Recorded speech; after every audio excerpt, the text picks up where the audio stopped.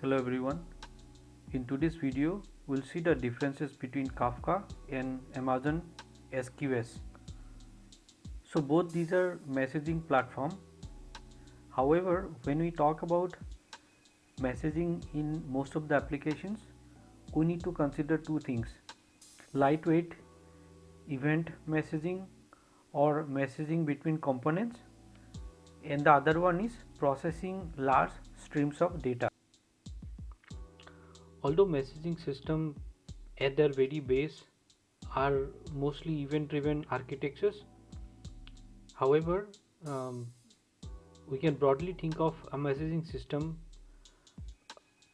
into two aspects.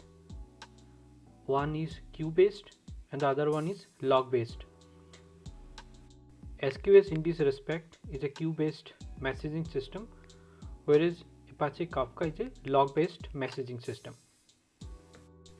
So SQS or simple queuing service, it is the most basic way to perform communication between two processes or two services.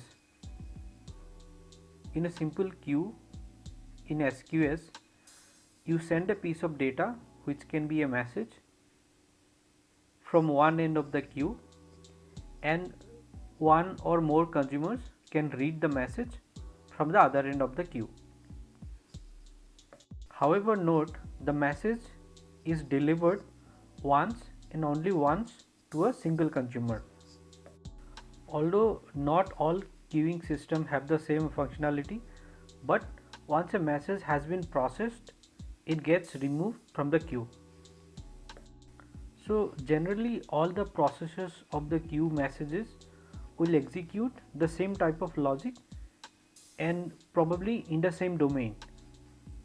Now coming to Kafka, in Kafka you publish the messages or the events to the topics, and these topics are subsequently persisted in the partitions within the Kafka brokers. These messages doesn't get removed when a consumer receives them.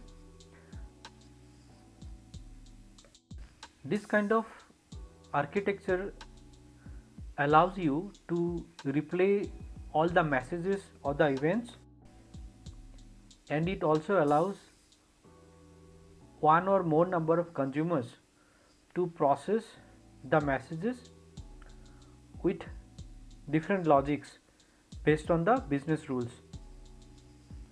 In other words, you can have different types of consumers which can perform or execute different kind of logics based on the same event. This is because Kafka supports a publish subscribe architecture. In Kafka, the messages are retained and we have the concept of consumer groups, and hence this kind of scenarios are possible in Kafka. Now coming to some more pointers on the features which Kafka and SQS has. So in Kafka, the message sizing is configurable, although the default size is 1 MB, but you can increase that to accommodate larger messages in Kafka. Whereas in SQS, the maximum message size allowed is 256 kilobytes.